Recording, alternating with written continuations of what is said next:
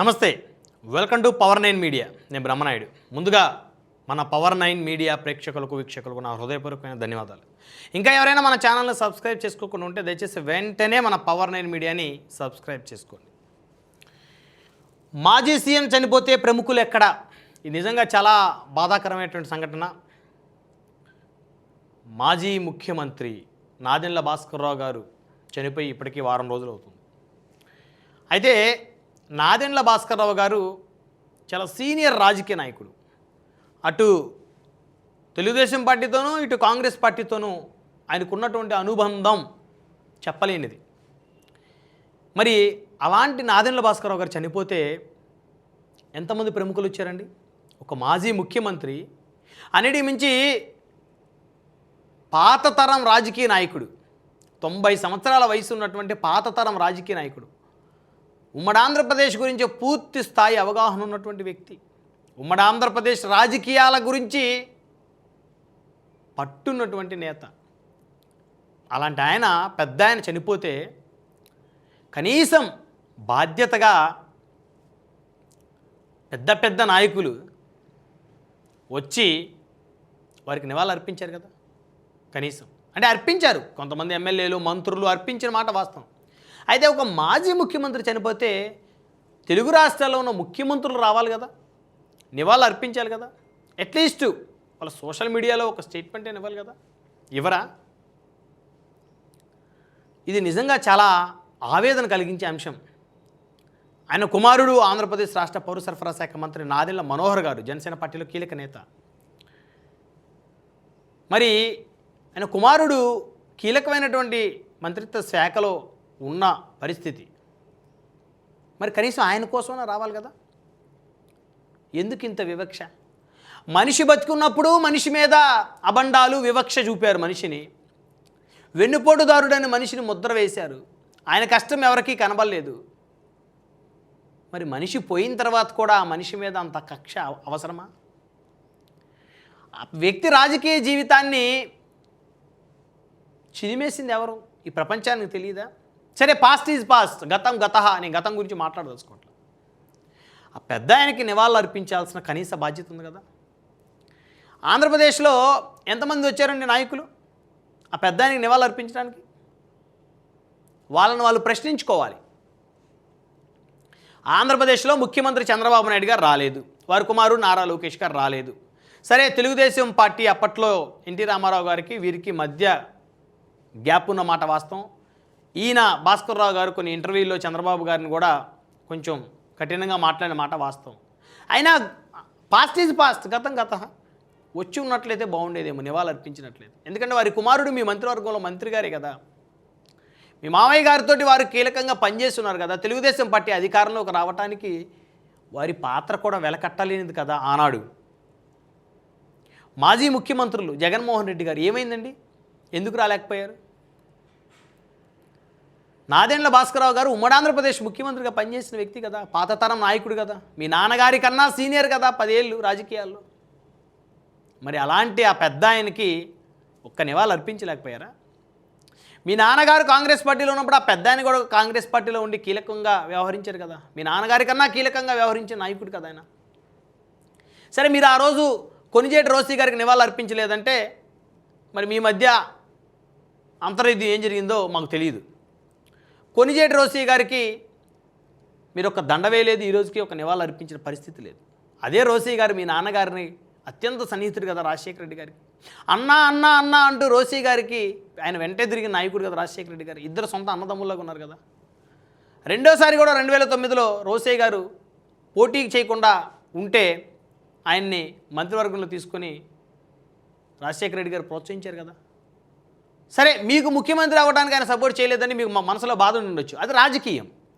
అది కాంగ్రెస్ పార్టీ, సోనియా గాంధీ గారి పార్టీ, వారి చేతిలో ఉన్న పార్టీ, వారి కుటుంబ పార్టీ. అంత మాత్రాన ఆ రోజు మీరు రోసీ గారిని, ఈ రోజుకి కూడా రోసీ గారి మీద మీకు అదే విధమైన వివక్ష ఉంది. మరి నాదెండ్ల భాస్కర్రావు గారికి నివాళులు అర్పించడానికి ఏమైందండి? మీరు ముఖ్యమంత్రి కాకపోవడానికి గతంలో ఆయన ఏమైనా అడ్డుకున్నారా? లేదు కదా. మీకు జన్మనిచ్చినటువంటి రాజకీయ పార్టీ కాంగ్రెస్ పార్టీలో కూడా ఆయన కీలకంగా వ్యవహరించారు కదా జగన్మోహన్ రెడ్డి గారు. ఇక మాజీ ముఖ్యమంత్రులు మరి ఎంతమంది వచ్చారో ఎంతమంది రాలేదు. ఆంధ్రప్రదేశ్లో ఉన్న మరొక మాజీ ముఖ్యమంత్రి నల్లారి కిరణ్ కుమార్ రెడ్డి గారు, మరి వారు వచ్చారో రాలేదో. తెలంగాణ రాష్ట్రం చూస్తే కేసీఆర్ గారు ఏమి వచ్చిపోతే ఒక్క 10 నిమిషాలు వారికి ఒక పూలదండ వేసి నివాళులు అర్పించిపోతే ఎంత గౌరవంగా ఉండేది, ఎంత గొప్పగా ఉండేది. సరే కేటీఆర్ గారు వచ్చారు, కేటీఆర్ గారు వస్తే సరిపోదు కదా, కేసీఆర్ గారు రావాలి కదా, ఆయన గౌరవాన్ని ఆయనకి ఇవ్వాలి కదా. మాజీ ముఖ్యమంత్రి ఆయనకి మరో మాజీ ముఖ్యమంత్రి కేసీఆర్ గారు వచ్చి నివాళులు అర్పిస్తే ఎంత బాగుంటుందో, ఆ కుటుంబానికి కూడా ఎంత సంతోషంగా ఉంటుందో, ఆ పెద్ద ఆయనకు కూడా ఎంత బాగుంటుంది. ఈరోజు ఆయన రాజకీయ అనాథ అయిపోయాడా ఈ రాష్ట్రంలో? ఉమ్మడి ఆంధ్రప్రదేశ్కి నెలరాజుగా వ్యవహరించి మరి ఆఖరికి తెలంగాణలో సైతం కూడా ఖమ్మం ఎంపీగా గెలిచినటువంటి నాయకుడు నాదెండ్ల భాస్కరరావు గారు. ఒక ఆంధ్రప్రదేశే కాదు, ఆంధ్రప్రదేశ్లో ఎమ్మెల్యేగా మంత్రిగా కాదు, ఆనాడు ఉమ్మడి ఆంధ్రప్రదేశ్లో తెలంగాణ ప్రాంతంలో కూడా ఎంపీగా గెలిచిన నాయకుడు, ప్రాంతాలకు అతీతంగా కులాలకు అతీతంగా గెలిచిన నాయకుడు అండి నాదెండ్ల భాస్కరరావు గారు అండి. ఇక రేవంత్ రెడ్డి గారు కనీసం ఒక్క నివాళి, హైదరాబాద్లోనే ఉంటారు కదా సార్ మీరు, నాదెండ్ల భాస్కరరావు గారికి ఒక్క పూలదండ వేసి నివాళులు అర్పిస్తే మీ గ్రాఫ్ ఎంత పెరిగిపోయేది. ఎవరొద్దన్నారు మిమ్మల్ని? చంద్రబాబు నాయుడు గారు వద్దని చెప్పారా, లేకపోతే మీరే ఆగిపోయారా అని ప్రజలు మాట్లాడుకుంటున్నారు. మీకేమైంది? మీకు ఎక్కడ శత్రుత్వం నాదెండ్ల భాస్కరరావు గారితో? మీరు రాజకీయంలోకి వచ్చిందే మహా అయితే 20 సంవత్సరాలు అవుతుంది. మీరు రాజకీయాల్లోకి వచ్చినప్పటికీ నాదెండ్ల భాస్కరరావు గారు రిటైర్డ్ అయ్యి కూడా 10 సంవత్సరాలు అవుతుంది రాజకీయాల్లో. మరి ఇదే కాంగ్రెస్ పార్టీ ఒకప్పుడు ఆయన వాడుకుంది కదా నాదెండ్ల భాస్కరరావు గారిని. ఆ కాంగ్రెస్ పార్టీ వల్లే కదా ఆయన వెన్నుపోటుదారుడిగా ముద్ర వేయించుకున్నాడు. నిజంగా ఇది చాలా దురదృష్టకరం. రావాలి కదా ప్రముఖ నాయకులు, మాజీ ముఖ్యమంత్రులు, ప్రస్తుత ముఖ్యమంత్రులు వచ్చి ఆ మాజీ ముఖ్యమంత్రి, ఆ పాత తరం, ఆ పెద్ద ఆయనకి నివాళులు అర్పిస్తే పోయేది ఏంటండి? ఇది కదా వివక్ష అంటే. ఇంకెన్నాళ్ళండి ఆ కుటుంబం మీద వివక్ష? బతికున్న నాళ్ళు ఆయన సాధించారు, చచ్చిపోయిన తర్వాత కూడా సాధిస్తారా? చూద్దాం. ఏపీ తెలంగాణలో కనీసం ఆ పెద్ద ఆయనకి ఒక్క విగ్రహం పెడతారా లేదా, ఒక్క స్మృతివనం అన్న ఏర్పాటు చేస్తారా లేదా? చెయ్యాలి. సుదీర్ఘకాలం రాజకీయాల్లో ఉండి అవినీతి మరక అంటున్నటువంటి మహా మనిషి నాదెండ్ల భాస్కరరావు గారు. అవినీతి మరక 1% కూడా ఆయనకు అంటలేదు. అంత నిజాయితీగా బతికాడు. అడ్వకేట్గా తన జీవితాన్ని ప్రారంభించి తర్వాత రాజకీయ నాయకుడిగా, ఎమ్మెల్యేగా, మంత్రిగా, ఎంపీగా, ముఖ్యమంత్రిగా విశేషమైనటువంటి సేవలను ప్రజలకు అందించినటువంటి ప్రజల మనిషి నాదెండ్ల భాస్కరరావు గారు. ముక్కుసూటిగా మాట్లాడేటువంటి డైనమిక్ పర్సనాలిటీ, దమ్మున్న రాజకీయ నాయకుడు. అలాంటి ఆయనకి మరి ప్రభుత్వం ఎక్కడన్నా చిన్న జాగా ఇచ్చి ఆయన జీవిత విశేషాలు, ఆయనకు సంబంధించినటువంటి అంశాలు, నిజాయితీగా ఆయన బతికినటువంటి విధానాన్ని ఈ తరం రాజకీయ నాయకులకి తెలియజెప్పాల్సిన బాధ్యత ఉంది. అవినీతే పరమావధిగా బతుకుతున్నటువంటి రాజకీయ నాయకులు, అధికారులు కొంతమంది ఈయన జీవిత పాఠాలు తెలుసుకుంటే కనీసం వారిలో కొంతైనా మార్పు వస్తుందేమో. నిజంగా ఈ పెద్ద ఆయన బతుకున్నన్నాళ్ళు వివక్షకు గురయ్యాడు, సొంత సామాజిక వర్గం చేతిలో వివక్షకు గురయ్యాడు. ఏ పార్టీకి అయితే వెన్నుదన్నుగా ఉన్నాడో, ఏ పార్టీలో అయితే నెంబర్ 2గా ఉన్నాడో, ఏ పార్టీ అయితే అడ్మినిస్ట్రేటర్గా ఉండి ఆ పార్టీ అధికారంలోకి రావడానికి బలంగా ఉపయోగపడ్డాడు, అదే పార్టీ ఆయన రాజకీయ జీవితాన్ని చిదిమేసింది, వెన్నుపోటుదారుడిగా ఆయన చిత్రీకరించింది, బ్రతికున్న నాళ్ళు ఆయన్ని వివక్షకు గురి చేసింది. కనీసం ఇప్పటికైనా జరగబోతున్నటువంటి ఆయన పెద్ద కర్మ కార్యక్రమంలో అయినా ఈ మాజీ ముఖ్యమంత్రులు కానీ, ఈ ముఖ్యమంత్రులు కానీ పాల్గొని ఒక్క మాట ఆయన గొప్పతనం గురించి, మనిషి ఎన్నో మంచి పనులు చేస్తాడు, ఒక్క తప్పు చేస్తాడు ఎక్కడొకక్కడ, ఆ ఒక్క తప్పునే పట్టుకొని ముందుకెళ్లాల్సిన అవసరం లేదు. కాబట్టి అది రాజకీయం. ఆయన ఎవరి ఆస్తి లాక్కోలా, ఎవరి నోటి కూడా కూడి తీయలే ఆయన. ఆ రోజున్న పరిస్థితులు, ఆ పరిస్థితుల కారణంగా ఎమ్మెల్యేల మద్దతుతోటే ఆయన గవర్నమెంట్ ఫామ్ చేశాడు. ఆ తర్వాత గవర్నమెంట్ పడిపోయింది, మళ్ళీ ప్రజాక్షేత్రంలోకి వెళ్ళారు, మళ్ళీ ఎన్టీ రామారావు గారు గెలిచారు. ఆ తర్వాత పార్టీ చంద్రబాబు గారి చేతిలోకి వెళ్ళింది. కొన్నిసార్లు ఆయన గెలిచారు, కొన్ని సందర్భాలు చంద్రబాబు గారు ఓడిపోయారు. ఇది రాజకీయం. ఏ రోజు ఒక్క వ్యక్తిని ఇబ్బంది పెట్టిన నాయకుడు కాదు నాదెండ్ల భాస్కరరావు గారు. ఈయన వల్ల నా రాజకీయ జీవితం పోయింది అన్నటువంటి నాయకులు ఈ ఉమ్మడి ఆంధ్రప్రదేశ్లో ఉండరు. నిందలన్నీ ఆయనే భరించాడు, బాధలన్నీ ఆయనే భరించాడు, దిగమింగుకున్నాడు.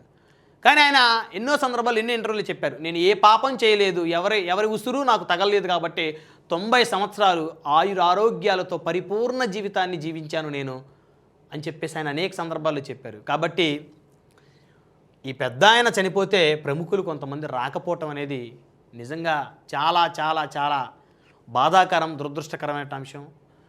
నిజంగా తెలుగు రాజకీయ నాయకులు మీలో మీకు ఎన్నైనా ఉండనివ్వండి, ఓ స్థాయి ఉన్న నాయకుడు మీ సహచరుడు చనిపోయినప్పుడు మీరే పగ ప్రతీకారాలు కక్ష కార్పణ్యాలతోటి వివక్షతోటి రాకుండా ఉంటే ఇక క్యాడర్ పరిస్థితి ఏంటి? ఒకరినొకరు కొట్టుకోరా, ఒకరినొకరు చంపుకోరా? కాబట్టి సమాజంలో మంచిని పెంచుదాం, మంచిని ముందుకు తీసుకువెళ్దాం.